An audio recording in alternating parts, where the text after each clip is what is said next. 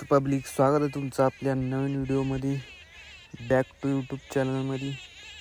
तर हे आपला गोटा आहे, जे मुक्त गोटा म्हणू शकता तुम्ही किंवा जनावरांचा गोटा।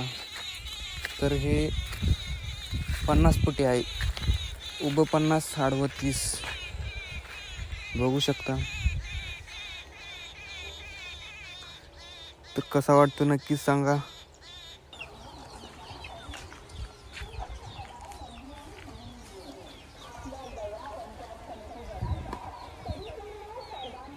चला सुरुवात करूया आपल्या व्हिडिओला।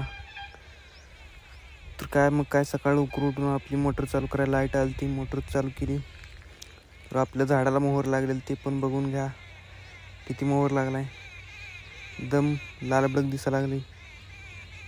ही आपले तळ्याकाठची विहीर, इथं आपल्याला पाण्याची काहीच कमी नाही, काय म्हणजे उन्हाळ्यात सुद्धा पाणी हटत नाही इथून। तर मोटर चालू केली आपण, मग कसा वाटतोय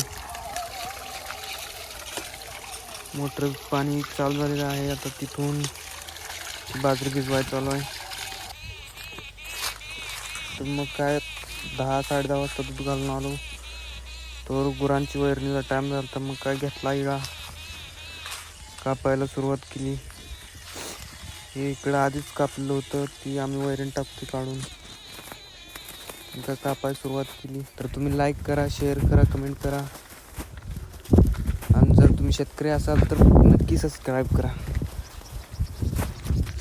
दूध उत्पादक शेतकरी।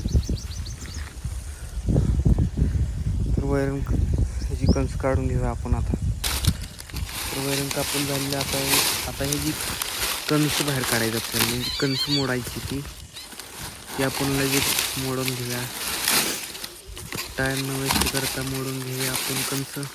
एका हाताने येत नव्हती पण तसंच व्हिडिओ काढतो म्हणून आता एका हाताने मोडायला लागली। तर आपण समधी कंस बाजूला केलेले आहेत, साईडला आपण मग वानपिनी एका साईडला केलेला आहे। आता याला कवळा मारून घेऊन जायचं घरी मी जनावरांना टाकायला, जिथं आणला डायरेक्ट तिथंच मी टाकलं। तर मग काय पहिल्यांदा शेरड लई वडा लागलेली, मग काय त्यांना आधी कापून टाकलं। पहिल्यांदा कापून घेतलं, जे पहिल्यांदा कापलं होते शेरडांना टाकलं बारीक, शेंड शेरडच खातात ते, मोठे लई खात नाहीत, कारण जनावरांसाठी कापून घेऊया।